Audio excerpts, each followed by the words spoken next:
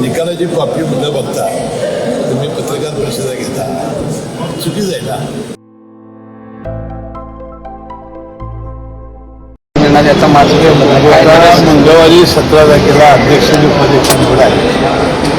अजून 5-7 दिवस अवकाश आहे. आता लवकरच आमच्या तिन्ही पक्षांची बैठक होईल आणि मित्रपक्षांची निर्णय होईल. आणि जास्त महानगरपालिकेमध्ये जो निर्णय झाला या पक्षाच्या जास्त त्याचा महापौर झाला त्याचा अध्यक्ष व्हावा अशी आमची मागणी आहे आणि मला विश्वास आहे की तो मान्य होईल. दुसरीकडं गोकुळ संदर्भात पण 17 तारखेला सुनावणी आहे. आपण देखील सुप्रीम कोर्टात गेला होता, मात्र कुठेतरी दावा प्रतिदावा करून आपली मागणी फेटावी असं आरोप केला ना. तुम्ही निकालाची कॉपी घेतली काय लिहिले त्यात? निकालाची कॉपी न बघता तुम्ही पत्रकार परिषदा घेता, चुकीचं आहे ना. त्या निकालाच्या कॉपीमध्ये स्पष्टपणा नाही. आता माझा जाण्याचा उद्देश काय होता की मी त्यामध्ये एक पार्टी होतो. आता त्यामध्ये जाण्यासारखे 2 घटक होते, एक गोकुळ किंवा मी. कारण सुप्रीम हायकोर्टाच्या बेंचमध्ये ज्या पद्धतीनं त्याची सुनावणी झाली त्यामध्ये 20 तारखेच्या माझ्या पत्राचा उल्लेख झालेला होता. आणि मी लंपी आजारामुळं या राज्यातल्या, मी काही संस्थेची नावं घालून देत नव्हतं, राज्यातल्या दूध संस्था या 50 लिटरची अट दुधाची पूर्ण करू शकणार नाहीत आणि विनाकारण त्या अवसायाला जातील आणि शेतकऱ्यांना नुकसान होईल. म्हणून स्थगिती द्यावी अशी विनंती मी विखे पाटील दुग्ध विकास मंत्री तत्कालीन यांना केली होती. त्यांनी तात्काळ त्याला स्थगिती दिली होती. त्यांनी ऑर्डर देताना तारीख आणली नव्हती. दोघांच्याही तारखा या अनावधानं राहिलेल्या होत्या.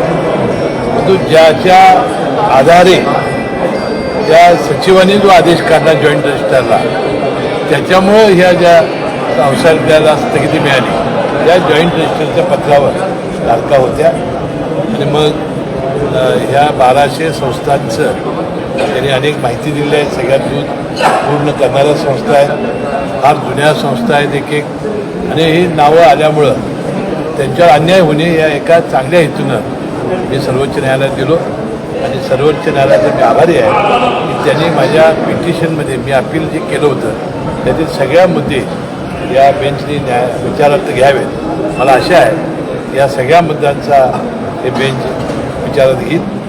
न्यायामध्ये या गोष्टीवर मतप्रदर्शन करायचं नसतं आणि मला वाटतं त्या पद्धतीनं योग्य तो न्याय मिळेल. खरं तर काही वेळापूर्वीच रोहित पवारांनी एक ट्विट केलेलं आहे ज्याच्यामध्ये म्हटलं आहे की यामध्ये BSR कंपनीचे जे मालक आहेत VK सिंग यांनी सद्यस्थितीला आपल्या मर्जीतील काही अधिकाऱ्यांना हाताशी धरून जे FDR मशीन आहे ब्लॅक बॉक्समधलं त्याचा काही भाग आहे तो एडिट करण्यासाठी खरं तर एडिट करत असल्याची माहिती जी आहे ती पुढे आलेली आहे.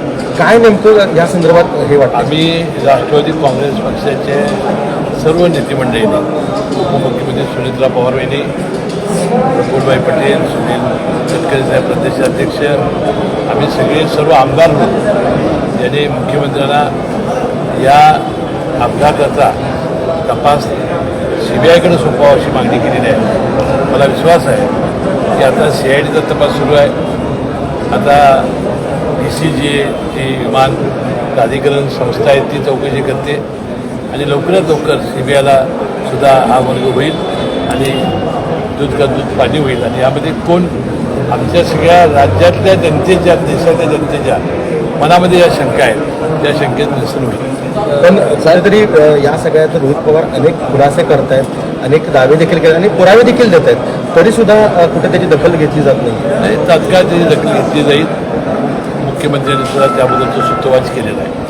शेजारी सांगली जिल्ह्यामध्ये राष्ट्रवादी काँग्रेसच्या नेत्यांकडून आता दबाव तंत्र वापरला जात आहे. सगळ्या नेत्यांनी एकी करून भाजपला कुठेतरी सत्तेपासून लांब ठेवण्याचा प्रयत्न केला आहे. मात्र कोल्हापुरात देखील भाजप दबाव तंत्र वापरत असताना तुम्ही मात्र जिल्ह्यातून एकटेच लढताना दिसता. तुमच्यासोबत माजी आमदार किंवा एकटे कोण माझ्या म्हणजे राजेश पाटील वगैरे सगळे माझ्या मागे आहेत, सगळे माझ्या मागे आहेत, माझ्या पोटात आहेत. त्यांचा भक्कम पाठिंबा मला आहे आणि त्या सगळ्या नेते मंडळींच्या जीवावर माझे आमदार ती पाटील असतील, माझे आमदार राजेश पाटील असतील आणि राष्ट्रवादीचे तमाम कार्यकर्त्यांच्या जीवावर राष्ट्रवादीचा अध्यक्ष होईल असा विश्वास मला आहे. राज्यामध्ये सध्या कोल्हापूर शहरामध्ये गॅसचा तुटवडा जाणवत आहे. हॉटेल व्यावसायिक बंद ठेवलं काय सांगता? आता कालच राज्याच्या पेट्रोलियम मंत्र्यांनी अशा प्रकारची टंचाई आता होऊ देणार नाही अशा पद्धतीचं विधान केलेलं आहे. त्याशिवाय इराणची जी सामुद्रधुनी आहे तिथंसुद्धा भारताला देण्याची परवानगी अशी आम्ही माध्यमामध्ये ऐकलेलं आहे.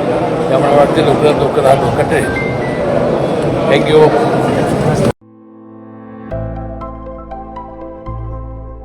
आविष्कार इन्फ्रा तुम्हाला देत आहे विविध लोकेशन्सवर NA प्लॉट्स आणि प्राईम फ्लॅट्सचे प्रोजेक्ट्स. नंदिनी जाधव नगर, शांत निवांत कोल्हापुरात घर म्हणजेच नंदिनी जाधव नगर. मल्हार रामगिरी, तुमच्या स्वप्नातील बंगल्याची पहिली पायरी. मल्हार रामगिरी हातकणंगले. पॅनोरमा हिल्स आंबा, सह्याद्रीच्या कुशीत निसर्गाच्या सानिध्यात तुमचं स्वतःचं फार्म हाऊस.